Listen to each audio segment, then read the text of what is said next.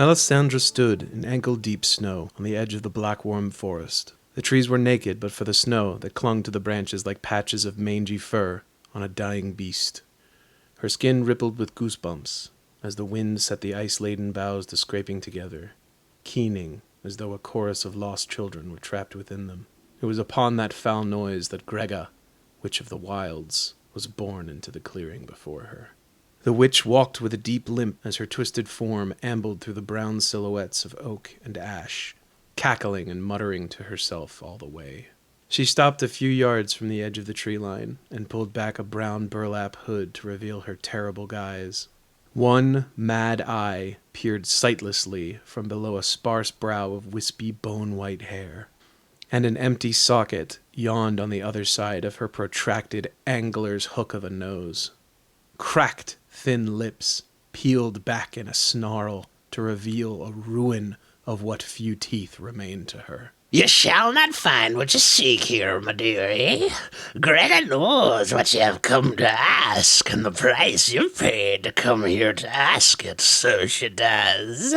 The hag's voice rolled across the clearing like a broom of corruption. Melisandre found her courage and her voice, though the sight of Grega threatened to petrify her. "O great and powerful Witch of the Wilds, long has my family lived in the shadow of your forest. Long have we kept your counsel in times of strife and uncertainty.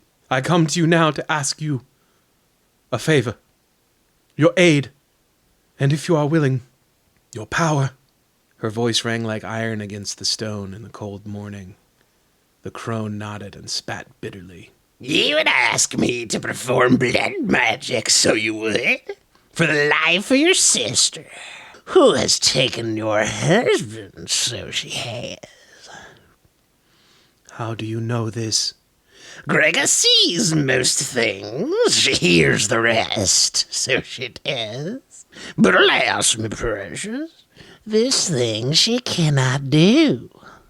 Melisandre's face became a study in disappointment, which brought such glee to the hag that she crowed her enjoyment across the clearing. "Don't furrow your pretty brow so, my lovely. Grega knows what you paid to ask the things you have, so she does. That is why she offers something far better than the life of your kin, so she does. Grega would curse her womb so that no seed of man may take root, so she would. She will rot from the inside, and only monsters will grow in her belly, so they will. But this will cost you, so it will. A price you may not be so keen to pay." "I have nothing left to give you." The resignation in Melisandre's voice tickled Grega, and she cawed in mocking laughter. "Do you, my dearest? There's a good many things Grega could yet take from you. So there are. But this curse in particular requires time. And I don't just mean to perform the ritual. Grega would need no less than 5 years from your life to perform such a spell. So she would." Melisandre looked up, almost hopeful for a moment. Only 5 years?" "Yes, my child. 1 for the devil, 1 for old Grega, and 3 for each hellspawn she shall bring into this world." "What must I do?" The witch removed an obsidian dagger from her belt and dragged it across her own palm. Crimson oozed through clenched fingers and into the virgin snow at her feet. She returned the dagger to her belt and scooped up the cherry-red snow with both hands. "Eat this, and when next you bleed your monthly blood, collect all that you can and return to Grega. She shall take care of the rest, so she will." Melisandre cringed as she crossed the clearing towards the hag's outstretched hands. She cupped her own palms and accepted the white-red lump, shaking with terror, rage, and the cold.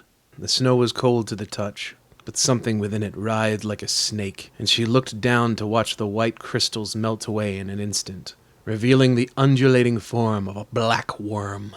Grega cawed with cruel laughter again at the look of disgust on the maiden's face. "You'll know but a moment's discomfort, my pet, so you will. You must swallow it whole, so you must, or the spell will not work, and you will have suffered all this indignance for naught. Melisandre steeled herself and forced the foul thing into her mouth, twisting and squirming as it passed over her tongue and down her throat. She drew a skin of wine from her belt and took a long pull. The wriggling thing passed into her stomach in a wash of warm red drink, and she forced down another mouthful to keep herself from vomiting. She dropped to her knees as a second mouthful of wine set a fire in her belly that threatened to climb up her throat and force its way through her clenched teeth. With all her will, she choked back the bile and the wine, and whatever dark magic gave life to that horrible parasite she'd just invited into her body. She was sweating, gasping for air, dry heaving on hands and knees in the snow for what felt like an eternity of agony. When she regained her composure enough to look around the clearing, Gregga was gone, and indeed no trace could be seen that the witch had ever been there in the first place. 4 miserable days later, Melisandre did as she was bidden before returning to the clearing at the edge of the Blackworm forest. She stood and waited for Gregga to appear when she felt a tug at her dress. She looked to her left and nearly screamed at the witch, who stood there where no one had been moments before, grinning a ragged, toothy grin. I smell it about you, so I do, my pretty, so I do. The crone rubbed her spindly hands together and licked her lips. Give it here to old Gregga, so she may take what's hers, so she may.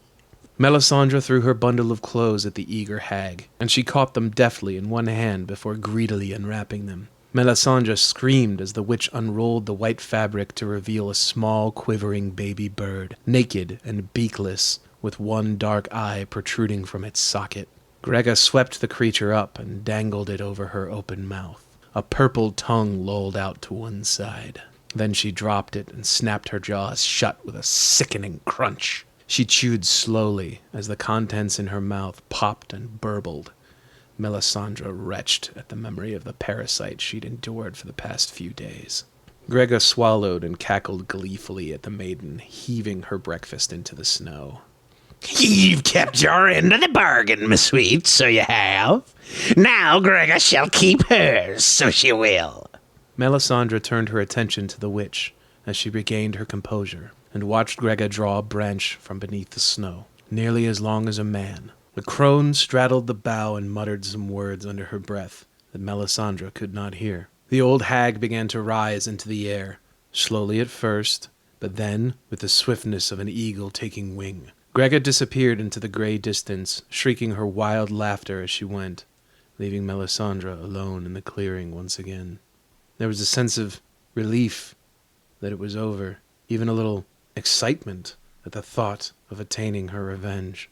7 months later, the stronghold's halls were filled with the screams of a mother in labor, and the scurrying of white-clad servants carrying hot water and clean linens.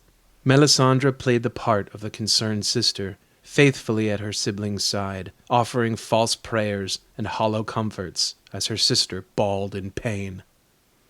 The midwives had long since given up on forcing Melisandre out of their mistress's bedchamber. The young maiden would not be parted from her sister's side. This was the moment Melisandre had been waiting for, lo these many months, and she would die before she left without knowing that the crone had kept her word. A wail pitched high and echoed in the rafters of the bedchamber as Melisandre's sister pushed her child into the world.